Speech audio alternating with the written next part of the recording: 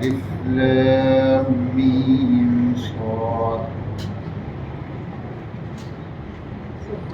كتاب أنزل إليك فلا يكن في صدرك حرج منه لتنذر به وذكرى للمؤمنين اتبعوا ما أنزل إليكم من ربكم ولا تتبعوا من دونه أولياء قليلا ما تذكرون.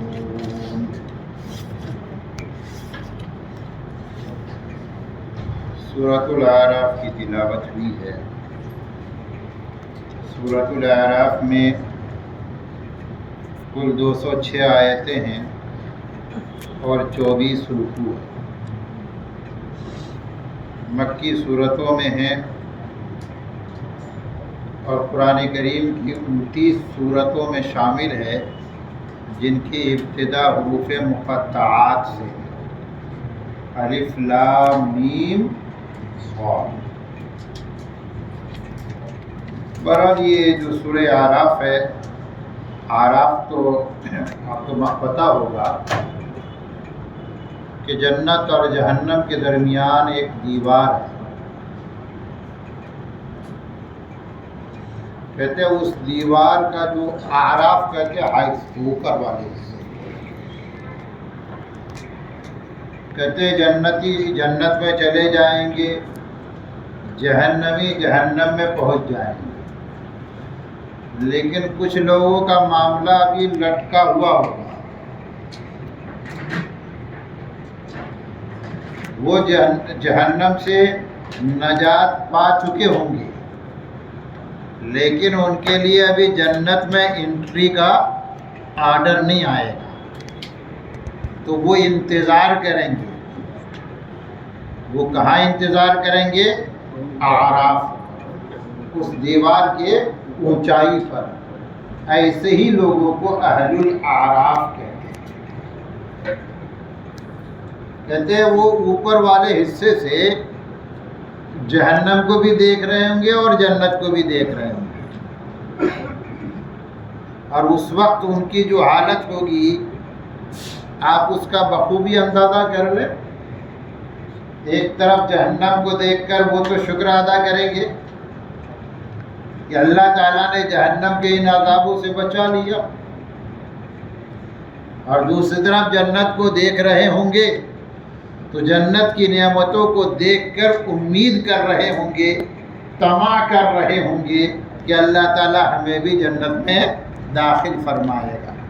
یہاں تک کہ اللہ تعالیٰ فضل فرمائے گا اور اہل اعراف بھی جنت میں داخل ہو جائیں گے. تو ان کا تذکرہ ہے اس صورت میں، اس لیے صورت کا نام الاعراف ہے. شروع کی آیتوں میں ایک تو وزن یومئذ الحق، اس کا تذکرہ ہے کہ اس دن اعمال تولے جائیں گے. فَأَمَّا مَنْ ثَقُلَتْ مَوَازِينُهُ فَهُوَ فِي عِيشَةٍ رَاضِيَةٍ. جن کے کہتے داہنا پلڑا نیکیوں سے جھک جائے گا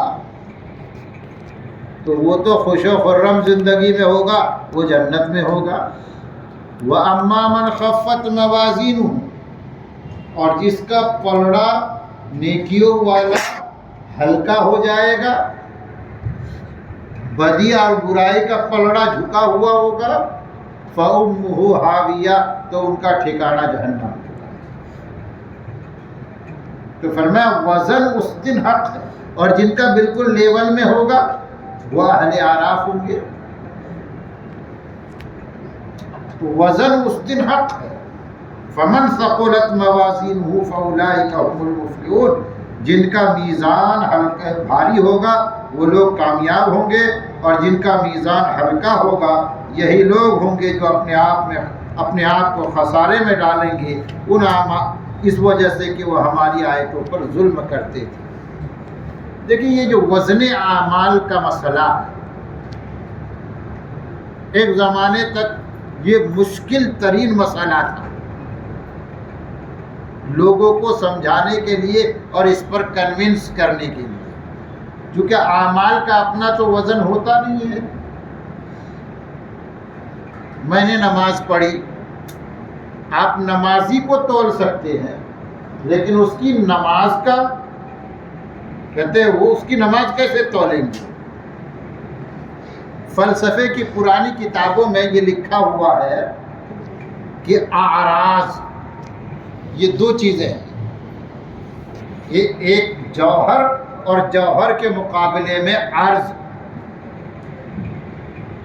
جوہر اس کو کہتے ہیں جس میں جسم ہو، جسم والی چیز کو جوہر کہتے ہیں. پھر جسم کس کو کہتے ہیں؟ جسم کہتے ہیں جس میں لمبائی، چوڑائی، گہرائی. تو جو جوہر ہے وہ وزن کے قابل ہے، وہ ما یوزن بھی، جس کا وزن ہو سکتا ہے. اور عرض جس کا کوئی جسم نہیں ہے، کہتے ہیں وہ اس کا وزن نہیں ہو سکتا. یہ کیسا فلسفے میں پڑھایا جاتا تھا پرانی سائنس میں، قدیم سائنس میں. لیکن بعد میں جب سائنس نے ترقی کی رفتار پکڑی، پرانے بہت سے نظریات باطل ٹھہرے. تو یہ جو نظریہ تھا کہ عرض کا وزن نہیں ہو سکتا، سائنسی ترقی نے اس کو غلط ثابت کر دیا، اور سائنس نے ثابت کیا کہ اعراض بھی وزن کیے جا سکتے ہیں. جیسے گرمی اور سردی، گرمی اور سردی کیا ہے؟ عرض ہے، لیکن اس کا وزن کیا جاتا ہے کہ نہیں؟ ٹیمپریچر بتایا جاتا ہے، وزن کر کے ہی تو بتایا جاتا ہے. تو جب پرانے زمانے میں یہ بات کہی گئی اعمال تولے جائیں گے، تو فوراً اعتراض کر دیا گیا، اس پہ کوشچن مارک لگا دیا گیا کہ اعمال تو عرض ہے اور عرض کا وزن نہیں ہو سکتا، تو اعمال کیسے تولے جائیں گے؟ تو اس کا جواب بہت مشکل ثابت ہوتا، کیسے کنونس کیا جائے کہ اعمال تولے جائیں گے. آج کے زمانے میں ایسا کوئی اعتراض نہیں کرتا، اور اس طرح کا اعتراض کرنا یہ جہالت کی علامت سمجھی جاتی ہے. کہتے اللہ تعالیٰ عمل کو، کہتے عمل کا بھی اپنا وجود ہوتا ہے، عرض کا بھی اپنا وجود ہوتا ہے. اور یہ الگ بات ہے کہ عرض کو ناپنے کی مشین الگ ہو اور جوہر کو ناپنے کا میزان الگ ہوتا نا. آپ کا ترازو تو الگ الگ چیز، تو الگ الگ میزان آ گیا ہے کہ یہ بڑا میزان ہے، اس میں جو ہیوی چیزیں ہیں وہ اس کا وزن ہوگا. تو لائٹ مشین بھی آ گئی کہ اس میں جو ہے کم وزنی چیزیں ناپی جائے گی. پھر عرض تک بات آ گئی کہ اعراض کو بھی ناپا جا سکتا ہے، اس کے لیے الگ الگ مشینیں ہیں. آپ کا بخار ناپ کے بتا دیا جاتا ہے، تھرمامیٹر بتا دیتا ہے. بخار کا اپنا کوئی جسم ہے، وہ بھی عرض ہے. تو اللہ تعالیٰ اعمال کا وزن کرے گا، یہ حق ہے. آج کے زمانے میں بہت ایزیلی سمجھ میں آ جاتا ہے. پھر اس کے بعد دیکھیے حضرت آدم کا واقعہ شروعاتی آیتوں میں بڑی تفصیل کے ساتھ بیان ہوا. ویسے تو سورہ بقرہ میں بھی واقعہ بیان ہوا ہے، آپ یہاں پر سمجھ لیں. سب سے پہلے کہا وَلَقَدْ خَلَقْنَاكُمْ، تحقیق ہم نے تم کو پیدا کیا. یعنی اللہ تعالیٰ کا فرمان نقل ہو رہا ہے کہ اے آدم کی اولاد، ہم نے تمہیں پیدا کیا. ثُمَّ صَوَّرْنَاكُمْ، پھر ہم نے تمہیں صورت عطا کی. ہر جاندار کو اللہ نے صورت دی. انسان بھی ایک جانور ہے، جاندار ہے. آپ اس کے آگے سوشل لگا دیں، لیکن ہے تو جانور، سوشل اینیمل. اس کی ایک صورت ہے. کمال ہے اللہ تبارک و تعالیٰ کی قدرت کا. اور قائل ہو جائیے کہ اللہ تعالیٰ بڑی قدرت والا ہے، کہ اللہ نے ہر جاندار کو ایک الگ حقیقت دی ہے اور الگ صورت دی ہے.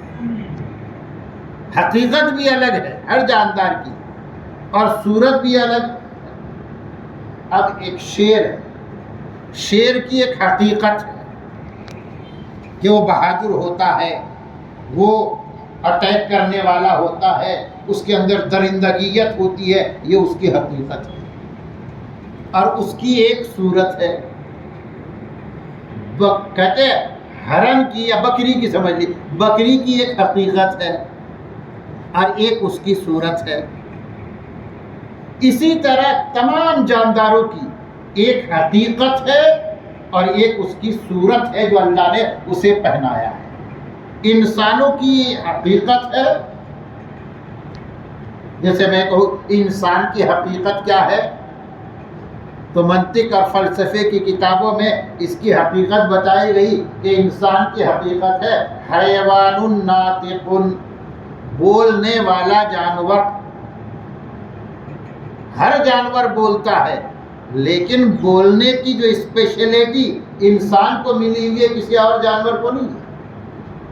ہر جانور اپنے مافی ضمیر کو، اپنے دل کی بات کو اپنی زبان سے ظاہر کرتا ہے، لیکن ایک محدود پیمانے میں۔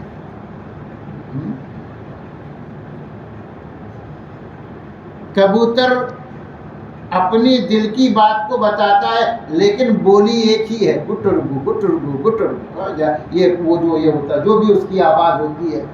گدھے جگدہ ڈھیچو ڈھیچو کرتا ہے، ایک ہی اس کی بولی ہوتی ہے، لیکن انسان اپنے مافی ضمیر کو بتانے کے لیے الگ الگ بولی بولتا ہے، اس لیے اس کو بولنے والا جانور بولا جاتا ہے۔ حیوان ناطق اس کی حقیقت ہے، یہ ایک اس کی صورت ہے۔ کہتے ہیں انسانوں کو اللہ نے جو صورت دی ہے، اب آپ صورت کے بعد حقیقت چھوڑیے، حقیقت تو اللہ تعالیٰ کے کمال کو ظاہر کرتی ہی ہے۔ ہر جاندار کی حقیقت الگ الگ ہے، ایک جانور دوسرے جانور سے بالکل میچ نہیں کرتا، اس کی ڈفرنٹ صلاحیتیں ہیں، ڈفرنٹ خصوصیتیں ہیں۔ ہم صرف انسان پہ بات کرتے ہیں کہ اللہ تعالیٰ نے یہ جو آدم علیہ السلام سے انسانوں کا سلسلہ شروع فرمایا، آج تک کتنے انسان آئے؟ آپ کے پاس اس کا ٹوٹل تو نہیں ہوگا، لیکن اندازہ کر لیں، ہر آنے والے انسان کی صورت الگ تھی، اپنی صورت کے اعتبار سے یونیک اور منفرد ہے انسان۔ مجھے جو اللہ نے صورت دی، آپ کو نہیں، آپ کی صورت آپ کی نہیں، آپ کی صورت الگ، سب کی صورتیں الگ الگ ہیں۔ تو اللہ کے پاس صورتوں کا کس قدر خزانہ ہوگا کہ ہر انسان کو اللہ یونیک صورت دے کر بھیجا، اور نہ جانے قیامت تک کتنے لوگ آئیں گے، سب کی صورت دوسرے سے بالکل ممتاز اور منفرد ہوگی۔ تو اللہ تعالیٰ نے اس کو بھی احسان مانا کہ اللہ نے تم کو انسان بنایا اور انسان کی صورت عطا کی۔ ثم قلنا للملائکۃ اسجدوا لآدم، پھر وہ واقعہ شروع ہوا کہ ہم نے کہا فرشتوں سے آدم کو سجدہ کرو۔ بار بار آپ نے سنا ہے انسان اول آدم، جس کو اللہ تعالیٰ نے، دیکھیے ایک حدیث میں آتا ہے کہ اللہ تعالیٰ نے آدم کو پیدا کیا، خلق آدم علی صورتی، اپنی صورت پر پیدا کیا۔ یہ انسان کی فضیلت ہے۔ ایک جگہ فرما بیدیا، میں نے آدم کو اپنے ہاتھوں سے پیدا کیا۔ جب اللہ تعالیٰ نے حضرت آدم کو پیدا کرنا چاہا، حضرت جبریل کو بھیجا۔ بعض لوگوں نے ملک الموت کا نام لیا ہے، لیکن وہ صحیح نہیں ہے۔ حضرت جبریل کو بھیجا کہ زمین پہ جاؤ، وہاں سے مٹی لے کے آؤ۔ حضرت جبریل یہاں سے مٹی لے کے گئے، اس مٹی کا خمیر تیار ہوا اور آدم کا پتلا اسٹیچو تیار ہوا۔ پھر اللہ تبارک و تعالیٰ نے اس میں اپنی روح ڈال دی، یعنی اپنی وہ روح جو اللہ نے پیدا کیا تھا، آدم کی روح کو آدم کے کہتے مجسمے میں ڈال دیا۔ بس آدم گوشت پوشت والا انسان بن گیا۔ یہ ایک مختصر سی تاریخ ہے۔ حضرت آدم کے لیے جو مٹی لے کے گئے حضرت جبریل، کہتے ہیں اس میں مٹی کی ساری قسمیں شامل تھی۔ مٹی الگ الگ ٹائپ کی ہوتی ہے نا، سفید مٹی، کالی مٹی، لال مٹی اور کئی طرح کی مٹی، تو ساری مٹی کی ساری قسمیں جمع کی گئی۔ اسی لیے آدم کی اولاد کی کو جو صورت ملی، کسی کو لال صورت، لال لال، کوئی سفید سفید، کوئی کالا کالا، اور پھر اس میں الگ الگ سفید بھی ہے تو الگ الگ، ہندوستان کا گورا اور یورپین گورا، اس میں آپ کو فرق مل جائے گا، یہاں کا کالا اور افریقہ کا کالا، اس میں فرق مل جائے گا۔ یعنی یہ جو اسی مٹی کا اثر ہے۔ اور مٹی کی کہتے ہیں نا، کہیں کی مٹی نرم ہوتی ہے، کہیں کی مٹی سخت ہوتی ہے، تو کوئی انسان طبیعت کا نرم ہوتا ہے، کوئی سخت ہوتا ہے، وہ مٹی کا اثر آ جاتا ہے کھینچ کے اولاد آدم پر۔ خیر آدم پیدا ہوئے، آدم علیہ السلام کا مقابلہ ہو گیا فرشتوں کے ساتھ، چونکہ یہ جو علم سیکھنا یہ بھی انسان کی اسپیشلٹی ہے۔ آپ کسی اور جانور کو سکھا نہیں سکتے۔ آپ کہیں گے ہم کتے کو ٹرین کر دیتے ہیں، آپ جو ہے وہ طوطا جو ہے اس کو بولنا سکھا دیتے ہیں، وہ بہت ایک لمیٹیڈ دائرے میں ہوتا ہے، بہت ہی معمولی، آپ اس کو زیادہ وسعت نہیں دے سکتے۔ آپ کتے کو سکھا کہ کتے کی پرورش کر کے کہتے ہیں اس کو انسان تو نہیں بنا سکتے نا، انجینئر نہیں بنا سکتے، اس کی جو ذاتی صلاحیت ہے اس کو آپ ترقی دے سکتے ہیں، لیکن وہ کتا ہی رہے گا، طوطا طوطا ہی رہے گا۔ وہ طوطے کی بات کہی جاتی ہے نا، طوطے کو سکھا دیا گیا کہ کلمہ پڑھو، طوطا نے کلمہ رٹ لیا، اب وہ طوطے کو لوگوں کے سامنے لایا یہ بتانے کے لیے کہ میرا طوطا کلمہ پڑھتا ہے۔ اب کوئی اس کے سامنے بلی لے کے آ گیا، اب طوطے نے بلی کو دیکھا، ذاتی دشمنی ہوا کرتی ہے، کہتے ہیں اس قدر گھبرایا کہ وہ سب بھول گیا۔ اب طوطے کو بول رہا ہے کہ بولو، لیکن طوطا بولنے پر قادر نہیں، چونکہ وہ گھبرایا ہوا ہے۔ خیر حضرت آدم کو یہ جو سیکھنا سکھانا یہ انسان کی خصوصیت ہے۔ اللہ تعالیٰ نے حضرت آدم کو ایک علم سکھا دیا، اس علم کا نام تھا چیزوں کے ناموں کا علم، اسماء الاشیاء، چیزوں کے نام۔ یہ انسانی کہتے ہیں یہ سب سے پہلا علم ہے جس کی انسان کو ضرورت پڑتی ہے۔ آپ کا بچہ جب آگے کہتے ہیں اس کی عمر بڑھنے لگتی ہے، سب سے پہلے بچے کو کیا سکھاتے ہیں؟ نام سکھاتے ہیں، یہی سکھاتے ہیں، بولو پپا، بولو مما، بولو پانی، بولو روٹی، یہ چیز نام سکھایا، یہ سب سے پہلا علم ہوتا ہے۔ تو حضرت آدم کو اللہ تعالیٰ نے چیزوں کے ناموں کا علم عطا فرمایا۔ صاحب جلالین نے کہا یہاں تک کہ حضرت آدم کو پیالہ، پلیٹ کا نام اور چمچ کا نام بھی اللہ تعالیٰ نے سکھا دیا۔ فرشتوں کو بھی سکھایا گیا، فرشتوں کو بھی بتایا گیا کہ یہ چیزیں ہیں اور ان چیزوں کے یہ نام ہیں، تم بھی یاد کر لو، آدم بھی یاد کر لے گا۔ اب مقابلہ ہوا تو آدم علیہ السلام کو چیزوں کا نام یاد آ گیا تھا، پوچھا گیا یہ کیا، تو انہوں نے کہا یہ پلیٹ ہے، یہ کیا ہے، یہ چمچ ہے، یہ کیا ہے، کھانا ہے، یہ روٹی ہے، یہ چاول ہے، یہ سیکھ لیا حضرت آدم نے۔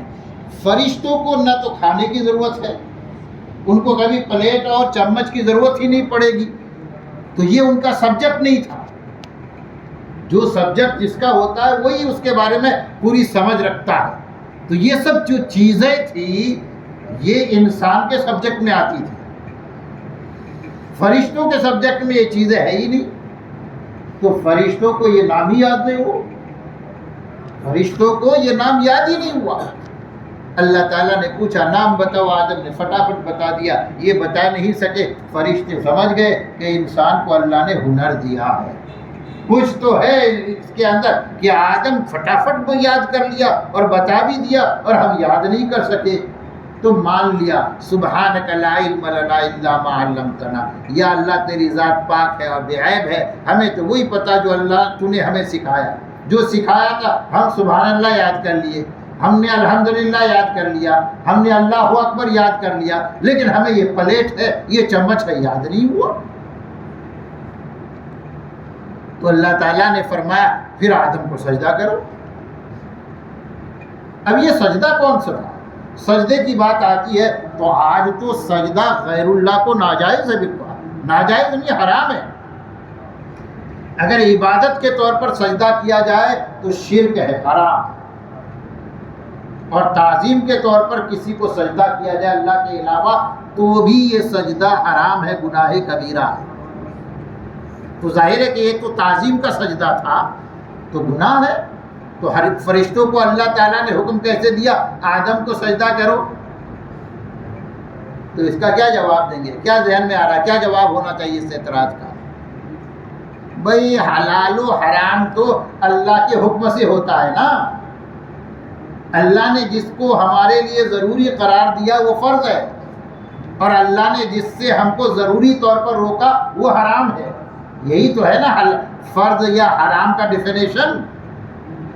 تو آدم کو کے بارے میں فرشتوں کو اللہ نے حکم دیا تو اس کا مطلب یہ ہے کہ یہ سجدہ کرنا فرض تھا. کیا ہو گیا؟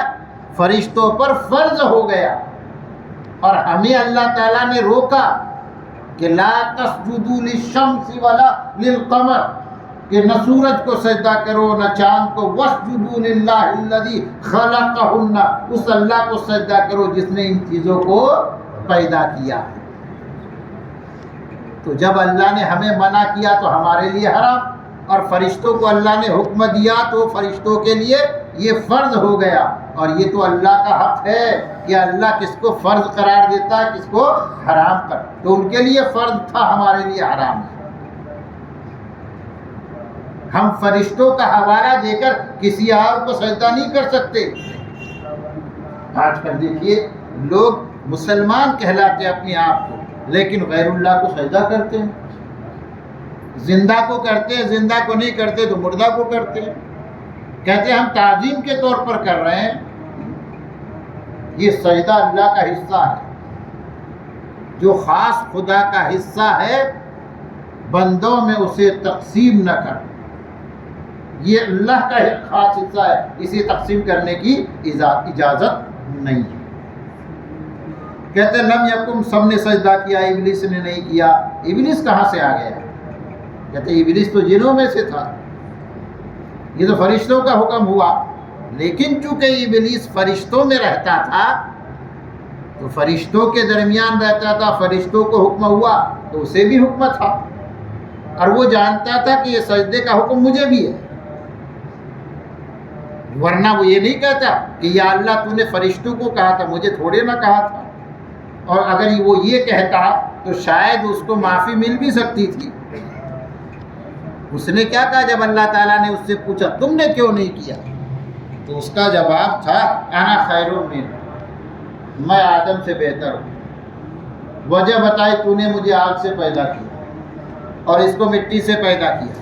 اور کل کی بات، کل ہی اس کی تفصیل آئی ہے کہ مٹی سب سے کمتر عنصر مانا جاتا ہے. اس کی تفصیل نہ کی جائے تو بہتر ہے.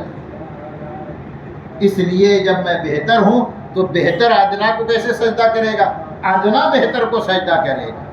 اللہ تعالیٰ نے فرمایا فَاہْبِطْ مِنْهَا، اتر جا جنت سے. اس کو جنت سے نکال دیا گیا. فرمایا فَخْرُجْ إِنَّكَ مِنَ الصَّاغِرِينَ، تو ذلیلوں میں سے ہے. اب دیکھیے ابلیس کا کمال. ابلیس کے بارے میں کہا جاتا ہے کہ وہ جنت فرشتوں کے درمیان رہتا تھا اور بڑا ہی جانکار تھا. وہ اللہ کی معرفت رکھتا تھا. کوئی اور آدمی ہوتا تو اس وقت اللہ سے کوئی درخواست نہیں کرتا، لیکن اسی وقت اس نے اللہ سے درخواست کی. اور درخواست کس بات کی؟ کہ یا اللہ مجھے مہلت دے، قیامت تک زندگی دے. میری بات ہوتی ہے، آپ کی بات ہوتی ہے کہ بہت غصے میں ہے، اور غصے میں کوئی درخواست قبول نہیں کرتا. لیکن یاد رکھیے اللہ تبارک و تعالی نہ غصے سے مغلوب ہوتا ہے نہ محبت سے. اللہ اثر نہیں لیتا، اثر ڈالتا ہے.